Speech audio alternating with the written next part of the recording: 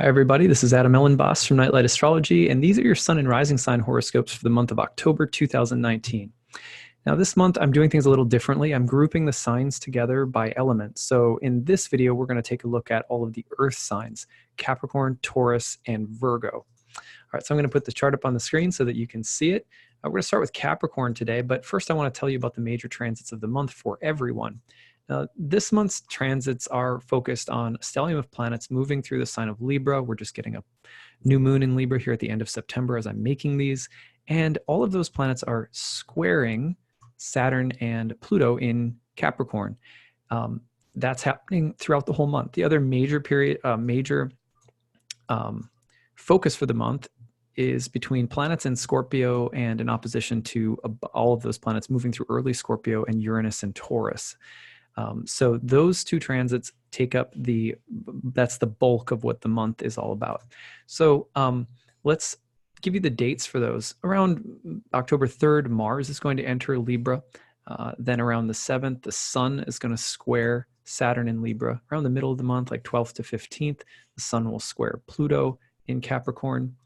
So on the 7th, Sun in Libra squares Saturn in Capricorn. Then about mid-month, Sun squares Pluto in Capricorn.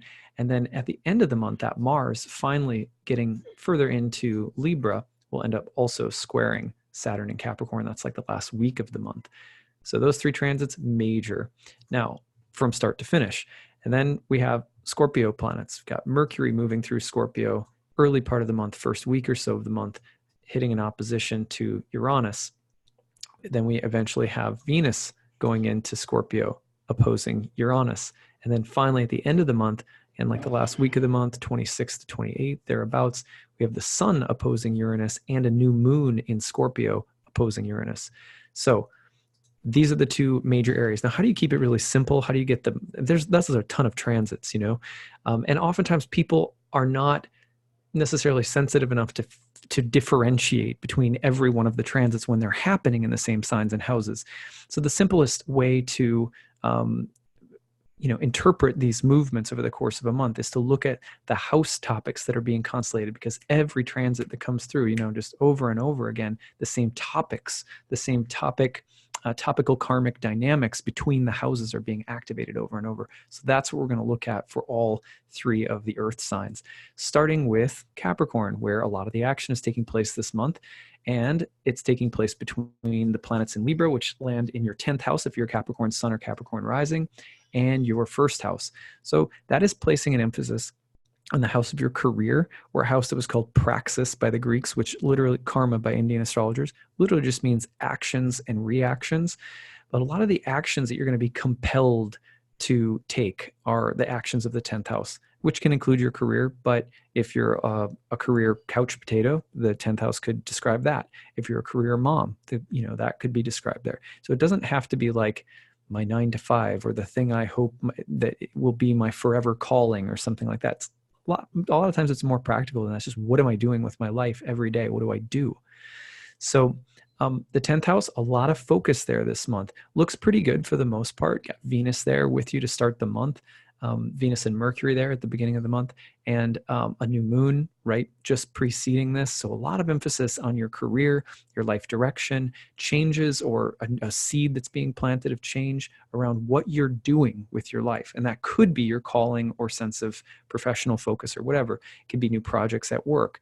It can also be about relationships in the workplace, the Venus-ruled sign being really pronounced, and a lot of 11th house energy coming through later this month, which focuses on colleagues, allies, people you have something in common with, people who share the same goals and dreams and values as you. So maybe there's a real social, professional dimension to it this month. But all of those planets hitting the square to Saturn and Pluto in Capricorn from the start of the month through the end of the month, what does that mean? Well, the first house is a house that pertains to self, health, vitality, new beginnings, our character or psychology. This is your house, and this is where you've got your hand on the wheel, basically. And with having your hand on the wheel, the sense of being independent, of having your own thoughts, ideas, needs, beliefs, it's really a strong theme of self-focus. So when you see a square, which is a kind of challenging dynamic all month long between what you're doing or career things and self, you might be at a bit of an existential crossroads when it comes to your sense of purpose, your sense of identity, your sense of work, and the need to start, do, or be someone or something new. So the idea of an initiating level of change, maybe around work or around health or around your sense of who you are, that could all be really pronounced this month. The other thing that you have to be really aware of is, of course, Libra is a balancing act, and Libra is a wise judge, a wise discerner. As long as the questions aren't too personal, then Libra tends to get a little bit more indecisive. So we're also looking at the potential of needing to balance or take into account multiple different needs and different factors at work, and then, you know, looking at your own personal wants and needs. And so it could be a little bit of like, you know, having to get really clear and objective. Saturn and Pluto are pretty weighty and serious in your first house. So these might be some more serious decisions that you're having to make. But it's, you know, that's why it's a Saturn-Pluto moment for you this year. January, that conjunction's coming. So big personal changes at work for you in the near future. All right, so that covers the 10th house, first house dynamic. The other dynamic that's so powerful is between Scorpio in your 11th and Uranus in Taurus in your 5th house. Now that's taking place between the house of friends, groups, allies, benefactors, people who benefit you in some way, and a house of good fortune that was associated with things like the arts, creativity, sensuality, fun, pleasure, children, pregnancy. So when this axis gets highlighted by a series of oppositions throughout the month, and Uranus is kind of the motor in the 5th house, what you're looking at is how is your need to individuate creatively changing the kinds of people, groups, or organizations that you are either a member of or participate in, or how are changing social dynamics creating the need for a different kind of experience of pleasure, fun, creativity, etc. This could be a moment where there's a surprise pregnancy. Uranus loves to, you know, throw a surprise party. It could be a moment where, you know, your kids are rebelling, or something about, you know, their needs is placing some kind of pressure on you. They need to go to a different school. They need a different kind of community. That could be the case as well. But the need to creatively individuate and its relation with your social or professional life is very important. That's the main theme. So we'll look at that as another main theme for Capricorns this month. All right, let's turn our focus now to Taurus. So when we put Taurus on the ascendant, what's happening? Well, that Capricorn and Libra dynamic is lighting up across the 6th and 9th houses. So what do the 6th and 9th houses involve? Well, first of all, what we're looking at here is the house, the 9th house, where Capricorn energy is right now. That's the house of our higher beliefs, truth, higher education, spiritual life, etc. The 6th house is going to be a house of work, sickness, service. The reason it's both work and sickness is because either you willingly do something that is hard and difficult in order to serve, or you help someone who is struggling because you want to serve, or you are someone who is struggling who needs help, or you are someone who is being made to work, and it's against your will. So the 6th house is a house of work, slavery, and service, and sickness. So it all goes together. 6th house generally has to do with things that come into our life and kind of oppose us. And it could be something simple like a traffic jam, or it could be like a cold, or it could be a lot of work that we have to do, but it's something that we're laboring through, something that opposes us that we have to conquer, or that presents a challenge. And what is that with, with all of the planets in Libra squaring the 9th house planets?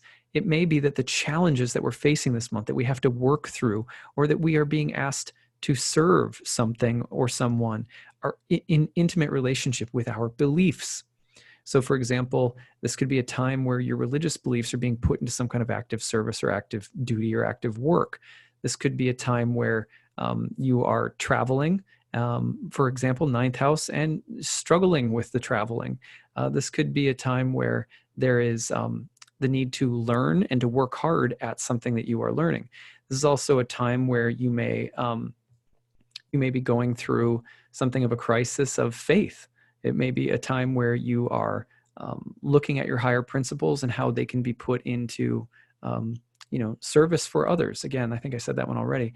So The other thing that comes up is, how are your beliefs challenged when roadblocks or impediments, some feeling of cosmic hostility is present in your life? Because when that happens for all of us, we tend to freak out a little bit and then start spinning out into doubts about what we know to be true. The universe is a good place. It has your back. So don't forget that this month, even if there are some difficulties that present themselves. Now, the next transit is going to happen. The next series of transits is happening between your 7th and your 1st houses, identity and relationships. And so with these two, first of all, with Uranus in your 1st house right now, this is the motor of change in this dynamic. The Uranus in the 1st house is about personal revolution. I want to become someone different, someone new. I'm a new identity. I'm a new ego. I'm following a different life path. I am challenging the status quo, but that's Uranus in your 1st. Meanwhile, and the need for greater freedom and independence. Meanwhile, the 7th house energy is about the things that bog you down emotionally, the things that take your time or demand your time, or the conflicts you have to deal with for other people or with other people that are pulling you away or that entangle you in some ways. That's the dark side of it. So Uranus will be like, I need freedom at all costs. On the other hand, that freedom at all costs sometimes can, that's the kind of thing where if you're a parent and your freedom at all costs, you may very well be neglecting your children or your spouse, the intimacy that is needed from you by other people. So sometimes it's the work of needing to be with other people when they're struggling, or attend to something that comes up that interrupts your need for greater freedom or personal expression or whatever. So that self-other dynamic, that axis is really highlighted this month. So that's what's going on for Taurians this month. Now let's go finally to our Virgos. So with Virgo, what we're dealing with is the same exact axis, Libra and Capricorn, which lands in your 2nd and 5th houses, as well as the Scorpio and Taurus dynamic across your 3rd and 9th houses. So first of all, 2nd and 5th house. This the story this month, the 2nd house, resources, income, assets, possessions. There might be some conversation right now about money that's pretty important, or around finances or livelihood or bills, or the need to be more self-reliant. And the topics of the 5th house, which have to do with pleasure or fun. Saturn and Pluto in the 5th might be saying, you can't have fun right now. You need to be sober, or you need to be serious, or you need to be more disciplined. You have to work, you have to make money. So Saturn and Pluto might be putting a little bit of damper on the 5th house need for pleasure. Maybe that's not healthy. Maybe on the other hand, maybe in some ways people need to be more sober and serious, focused on productivity or business or money. On the other hand, maybe it's a sign that, like, you're stingy, or you're not taking enough time to have fun or to let loose a little bit. You have to be very discerning about this. Libra is concerned about ethics, about fairness, about balance.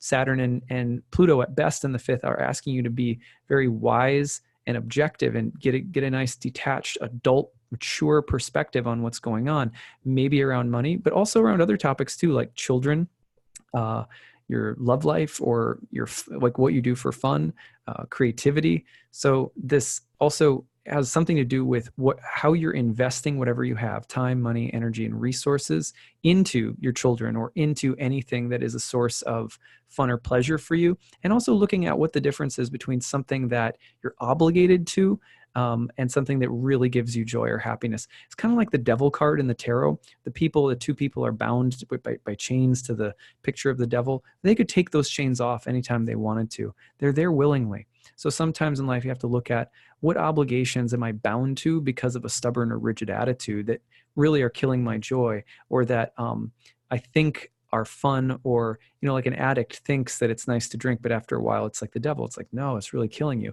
So look at those kinds of things as well. What are you chained to? What are you bound to that's not actually healthy?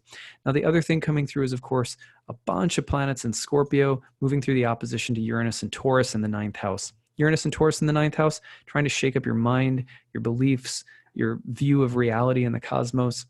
You are looking at the bigger world, going to a new university, studying the cosmos, studying astrology. Uranus in the 9th wants to break a paradigm open, wants to connect you to God, or connect you to our source. Uranus in the 9th wants to take you on an expedition or an adventure somewhere unexpected. Uranus in the ninth is the sudden change of mind or consciousness that really is shocking or disruptive, but somehow awakens and liberates you.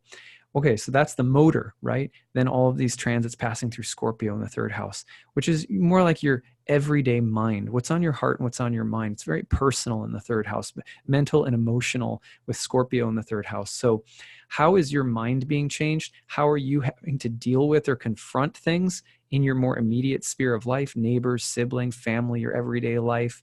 And how are you having to deal with or confront things emotionally? That's a Scorpio theme, given that this kind of higher revolution is trying to take place through the oppositions to Uranus. So you want to watch that as the month unfolds as well.